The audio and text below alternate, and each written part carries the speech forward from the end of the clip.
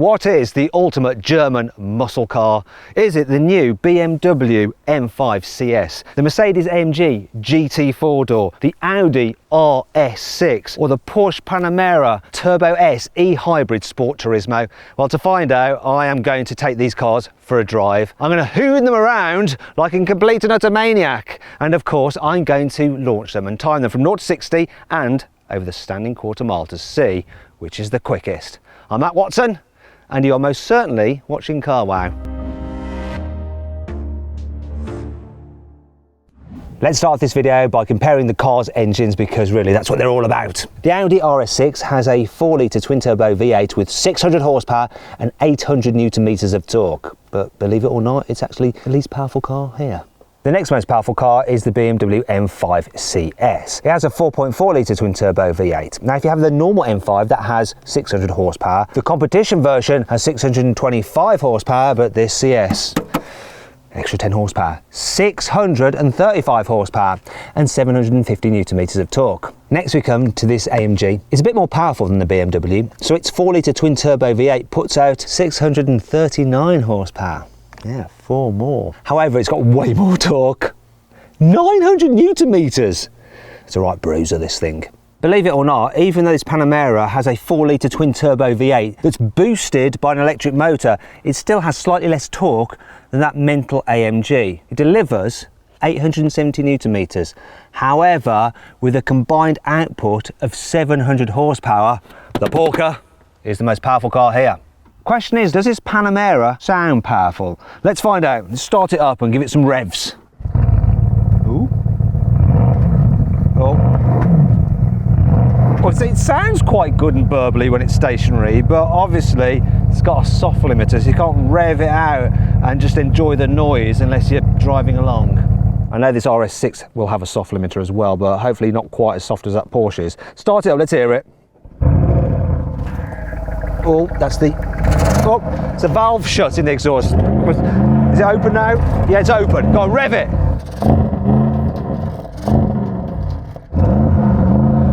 Yeah, that's enough. We get the idea. I do think it sounds slightly better than that Porsche. Not amazing, but better than that.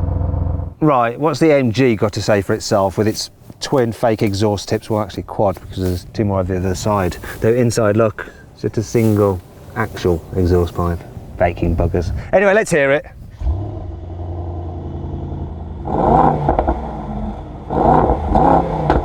Oh!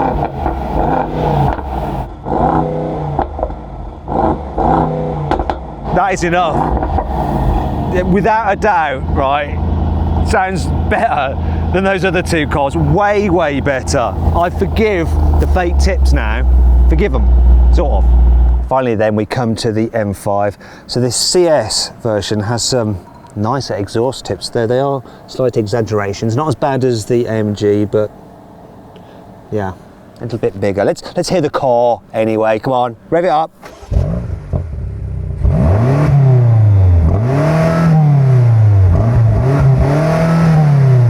It has got a semi-soft limiter, or should that be semi-hard? It's got a semi.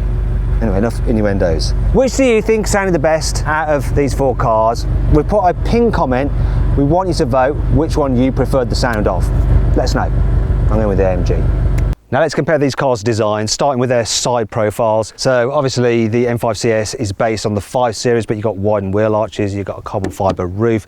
But being the CS, you get bits of gold, and these gold wheels, 20 inches, and brake calipers. Moving to the Audi, once again based on an A6 Avant, widened wheel arches, aggressive 22-inch alloy wheels. It's a carbon trim on this because it's the carbon pack edition. Now you can only get this as an estate, you can only get the BMW as a saloon, but they are based on normal everyday models. Not this AMG, you can only get it in this shape, but you can't get it as a Mercedes. It is AMG only, and it looks pretty badass. We've got 21-inch alloy wheels on this car. It's just so muscular and has so much presence. I really like the look of this thing. Moving to the Porsche, you can get this as a hatchback rather than this estate, but this version is cooler because fast estates for the win, right? Now let's compare these cars from the rear. So this Porsche has a nice booty. Doesn't try too hard. Though I'm not so sure about this day glow lettering around the Panamera Turbo S. AMG's well in your face, look at that. Huge wing, big diffuser, though I'm not sure how much it actually diffuses. And for those who think this is fake, actually there's some vents in there and in the wheel arch, so who knows. Moving on to the Audi, yeah, it's a nice looking thing, this. Clear RS badging, it's an estate, it's practical, yeah, it looks mean, and being the carbon black, you have carbon here, though it doesn't have as much carbon on it as this M5 CS. So you got this exaggerated bootlit spoiler, which is bigger than on the normal M5, and it's carbon here, and there's carbon here as well. Then you've got some gold M5 CS badging there, though it's not really gold, is it, that? Finally, let's check them out from the front. So here on the BMW, there's more gold, not gold, and carbon down here, and carbon for the bonnet as well. This CS version actually sits lower to the ground than the normal M5, which is lower to the ground than a normal 5 Series, obviously. Same story with the Audi, lower than the normal A6, and then you've got all this RS aggressive front nuss, and carbon here because carbon black. Mercedes, it just looks so badass, doesn't it? And a big Mercedes badge there that says, I've got some money. Then finally the Porsche. Yeah, it doesn't try too hard, it's a Porsche. Though being the range-topping Turbo S e-hybrid, it has a slightly more aggressive low grille than the lesser versions of the Panamera. Anyhow, which car overall looks the best? Well, to decide, I'm gonna get the team to run and stand next to the car they like the most. Come on, I'm gonna do the same. Right, okay, so only one for the Porsche, 2 for the Mercedes AMG, 2 for the Audi, and 2 for the BMW. So cameraman Lewis has the deciding vote. Which of these cars do you like best? RS6. RS6. So overall, 3 votes for the RS6. It wins, it is the best looking. However, is that really that important for these cars? Well, I think it is, but so too is what they like to drive. So let's compare them on a twisty road now. Let's start off driving the Porsche. After all, Porsches supposed to be sporty, right? I'll tell you, this thing has some pickup. Oof, absolute monster. That 4-wheel drive system just puts down the power, and there's no turbo lag because you've got that assistance from the electric motors. Thing is, you can feel some of the weight from the batteries. They do add weight to this car. So even though it turns in really sharply into a corner on tighter ones, or if you end up going quite quickly, you notice the car's weight, you really do. But it does a really good job of just holding on. You've got Porsche torque vectoring, which is effectively a limited slip differential over the rear axle, which puts the power to the wheel with the most grip to help drive you out of turns. It does give this car a really nice, sporty, yet precise feel. It's a big old thing, this, but it does not go around this twisty course really well. I like the feel of Porsche's steering. It's got a nice weight to it. It's not got bags of feedback, but it's precise. And the brakes, you get regen under braking, so I'm charging up the battery, but it doesn't feel too artificial. Occasionally just a bit springy, but the trade-off is that I can just put this car into like a comfort setting, go into electric only mode, and it'll just cruise along up to 80 miles an hour, electric power alone, for like 30 miles. Not 30 miles at 80 miles an hour though, you're not gonna get that. And actually, when you are just cruising along in this car, it's really comfy, it's really quiet, very nice and easy to live with. It's just rather wide if you're driving through town or down a narrow road. Still, impressive. Let's move on to the next car. Now I've jumped into the Audi. Can it be more fun to drive than the Porsche? Now, old RS6s weren't, but they've really improved this one. It doesn't feel quite as tied down as the Porsche, but you can sort of manhandle it a little bit more. I feel more confident going quickly in it, and it does grip really well. Whee! Lift off a bit. And it will move around, unlike other older RS6s were just understeered like crazy.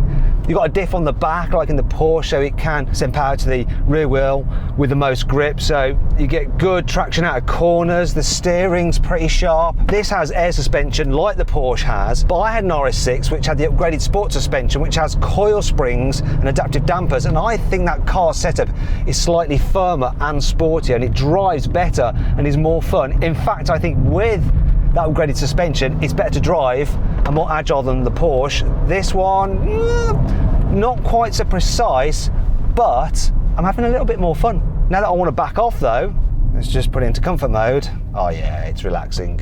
In fact, this RS6, there's something about it, it's got real dual personality. It could just be a normal A6 when you're tootling around, but then when you put your foot down, yeah, it takes off. Remember, you've got a V8. Though that did just highlight one weakness of this car. So the Porsche It's got a dual clutch automatic gearbox and it's responsive. It's just so quick and the changes are like bang, bang, bang. This, a little bit of a delay.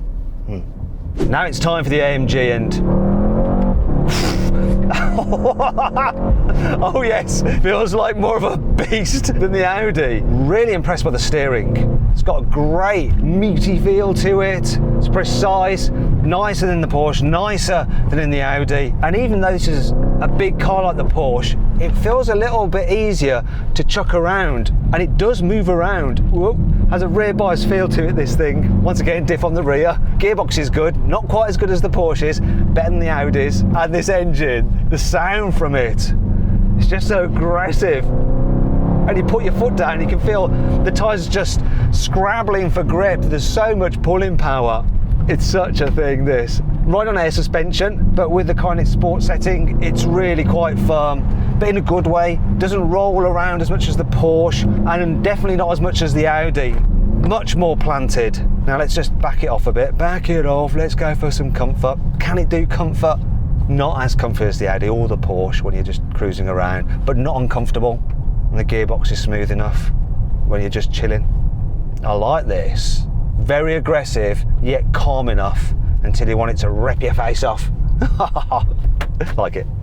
Finally then, I'm in the BMW and I'm expecting a lot. This has competition coilover suspension. It's got the adaptive dampers from the M8. You've also got stiffer engine mounts. The car's got a 7mm drop in ride height over the standard M5. Oh, got less insulation. Seems rawer and oh my god, this is like other level compared to the other three cars. I thought the AMG was sporty feeling. This though, it's mad. Honestly, this is nuts. I'm liking this way more than I thought I ever would, and I drove the normal M5 competition not so long ago, and this is such a different beast, even though the changes aren't really all that massive on paper. The stiffer suspensions are obviously just making it just feel more responsive, more connected, more planted. They've done a brilliant job, I love it. It's got a hard edge to it though, easily the best handling car. Let's dial it back, let's be sensible, chill out a bit. It can still do that, it can still chill. It's noisier though, I think, to just cruise around in than the others. A little bit more focused, a little bit more wearing if you're going on a longer journey, a bit more compromised. But if you want to have a hoon, this is the one to go for. Another thing that makes this BMW so involving to drive are these carbon fibre bucket seats, which come from the M3, where they're optional there. Also, you've got Alcantara on the steering wheel, you've got the carbon fibre shift paddles like on the M3, and your M1 and M2 buttons, so you can quickly access whatever mode you want. You've got some CS badging there, red stitching. It's all very ME and Alcantara headlining, and it feels quality, this thing feels quality. It's nice inside. The Audi doesn't have quite the trinkets that you get inside the BMW. The sport seats, they're nice enough, but they're nothing compared to those in the M5. The design though, it's just a little less haphazard and cluttered. It's just cleaner and smoother, and you can get some carbony bits as well, like this. Quality-wise though, the BMW does just have the edge. Really though, if it's the most expensive feeling car that you want, it's the Porsche. The feel of the materials is just exquisite. The design is cool, minimalist, but not overly so. Great layout of the dials and an analog rev counter like that. Steering wheel's nice, and you got this dial here to switch between different driving modes. This AMG doesn't quite have the quality feel of the Porsche, and certain bits feel actually very, very cheap. Like this button here, that's not really nice, and that in there, no, not very nice. The rest of it is good though. Quite like the seats, steering wheel, Alcantara, flat bottom, looks cool, easy to use, and you've got these dials here and buttons to go between different driving modes. I particularly like this bit though, the center console. Can you see those little bits there? That's eight banks, like the V8. So what that's for. Really, if you want the most showy interior, this is your car. And speaking about being showy, let's have some fun. If you want to do donuts in this AMG, you can put it into drift mode, which decouples the front axle, sends all the power to the rear, and to do that you want to go into race mode. You then need to put the gearbox into manual mode, stability all the way off, press and hold the button, there we go. Pull up on both paddles, then confirm that you want drift mode, which I've just done. Let's skid about. Might go the other way to give the tyres on the one side a chance, and then you really can just control so much of what you want to do and where you want to go with it. Back the other way. Give the other tyres a bit of a workout. Hey, hello cameraman. I love this thing. Now this Porsche doesn't have the ability to go into a rear wheel drive only mode like the AMG, but it's got plenty of power. It's a Porsche as well. I can turn stability all the way off. Can I do anything? Not much room to manoeuvre. Let's try it anyway. Nervous. And I'm nervous not only of crashing but humiliating myself.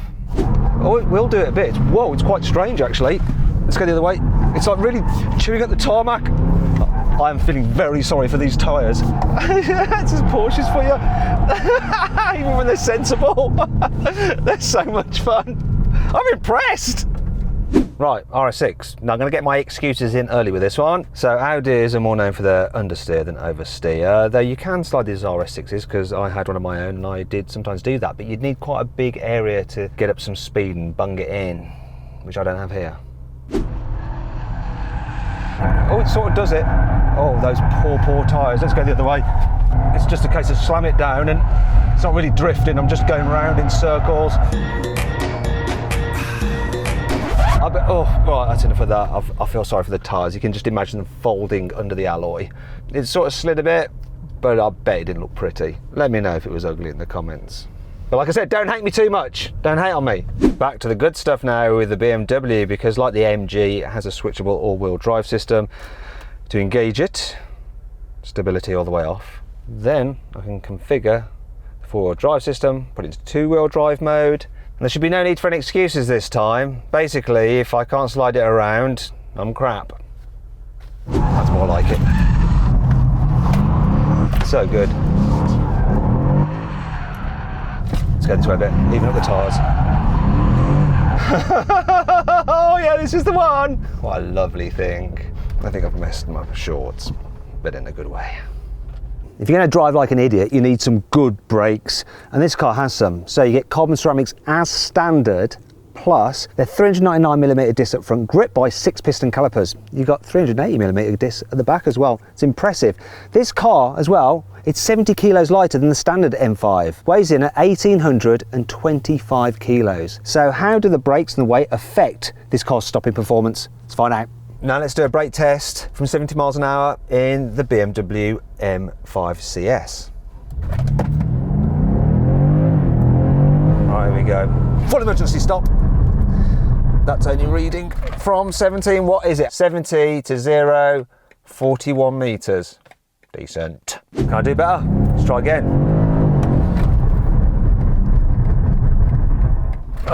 Gosh, that makes me feel sick. Oh yeah. 40 meters. It's pretty good. Moving on to the AMG, so as standard you get steel brakes with 390mm discs up front, gripped by 6-piston calipers, and 360mm discs at the back. This car though has the upgraded carbon ceramics. How will that affect the braking performance? Speaking of which, it's a heavy car this, 2,120 kilos. Let's find out. Right, let's do a brake test from 70 miles an hour in the AMG. What are we gonna do, AMG? I know you're a heavy old lump. Let's get to 70, let's cruise along.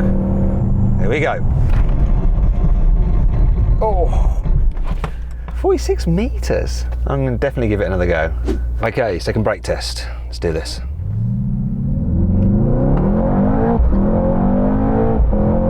Full emergency stop coming up. Oh, look, we stopped from 70 miles an hour in 43 meters. That's better.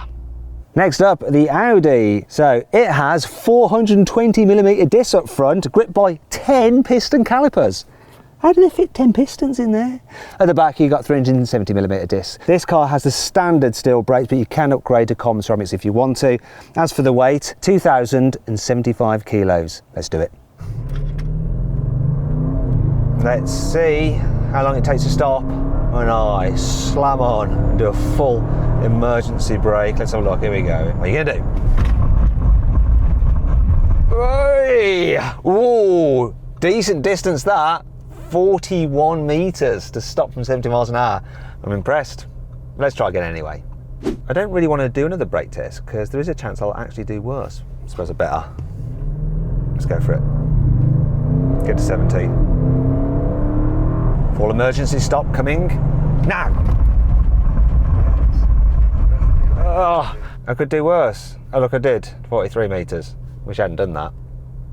Finally, we come to the Porsche Panamera Turbo S e-hybrid, and it has common ceramics as standard. 420mm discs up front, gripped by 10 piston calipers, 4 10mm discs at the back. It's going to need them though because this car is heavy. Weighs in at 2,400 kilos. So porky by name and porky by nature. How's that going to affect its stopping ability? Right, let's do a brake test from 70 miles an hour, full emergency stop in this Porsche. It's a bit of a heavy bugger. What's it going to do? See how long it takes to stop. Go to 70. Full emergency stop now.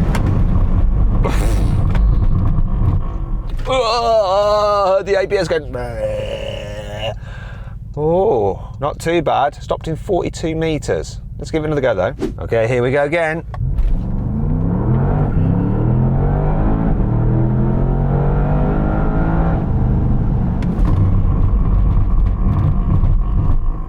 Oh, lots of air again. Oh, that was bad. Look, stop from 70 in 40 metres. That was an improvement. That is impressive for such a heavy car. If you need to stop, you absolutely can, and it stopped so well. But that's Porsches for you. They've got great brakes.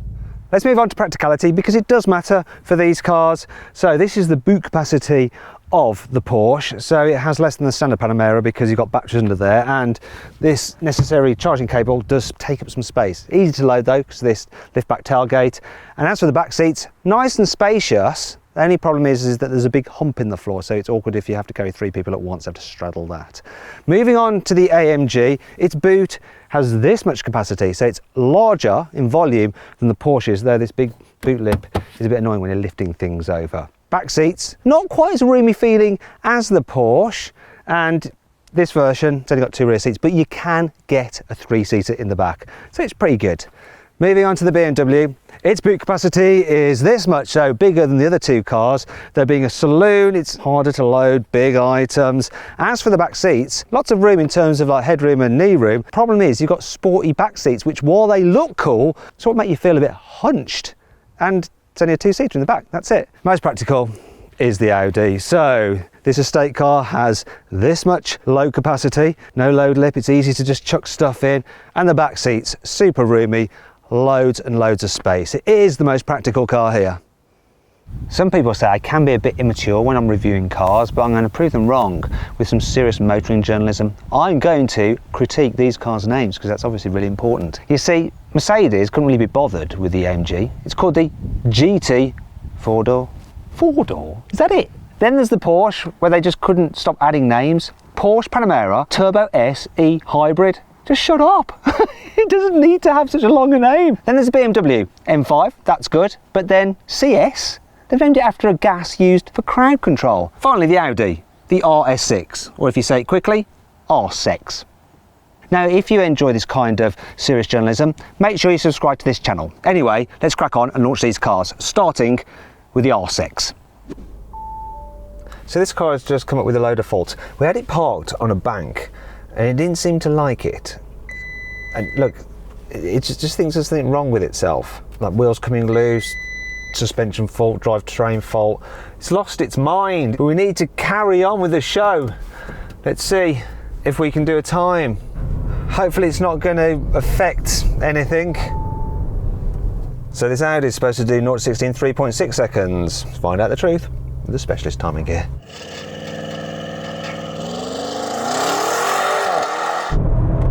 Here we go, 3.77, that's all right, I'm all right. What's the quarter mile? Yeah, 11.95. Ooh. I'm pretty sure we can do better than that.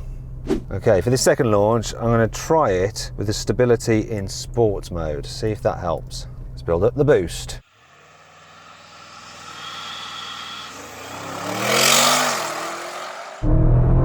Wow, yes, more like it. Don't know why I went all Cockney.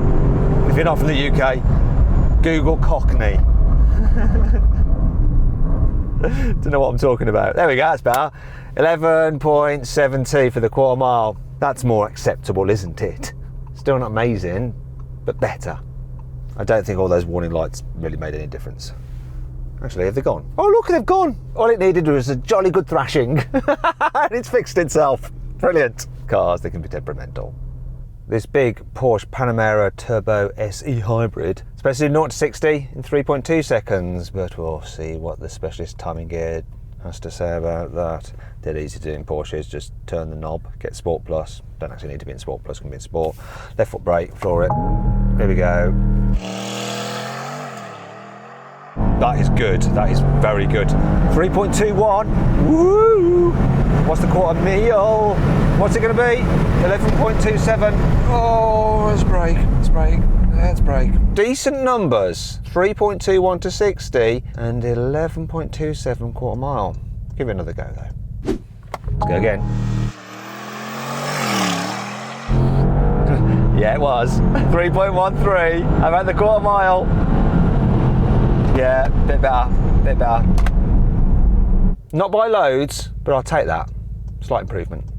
This AMG is supposed to do 0 to 60 in 3.2 seconds, but the specialist timing gear will reveal what the reality is. Got it in race mode, normal traction. Let's do it. Left foot brake, floor throttle, race start.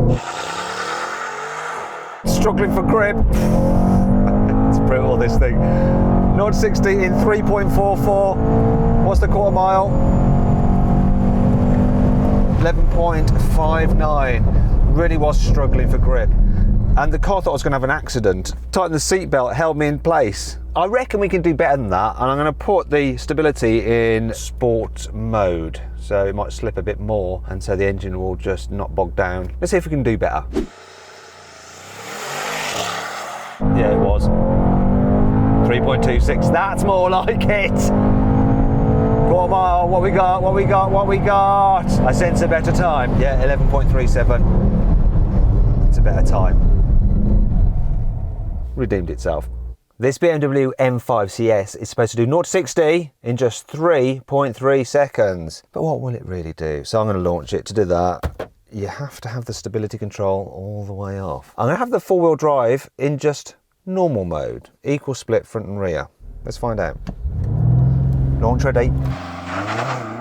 Oh, that's brutal. Ah, that's quick. 0 to 60, 2.96. What's the quarter mile going to be? Quarter mile is 10.94. It's a monster, this thing. I think I want to try it again though. What will it do when I put the four-wheel drive into four-wheel drive sport? Now it's going to be rear drive biased. Can I get a better time? Second time lucky? Felt the same. It's pretty much identical. Oh no! A 10.93 for the quarter mile. It's quick.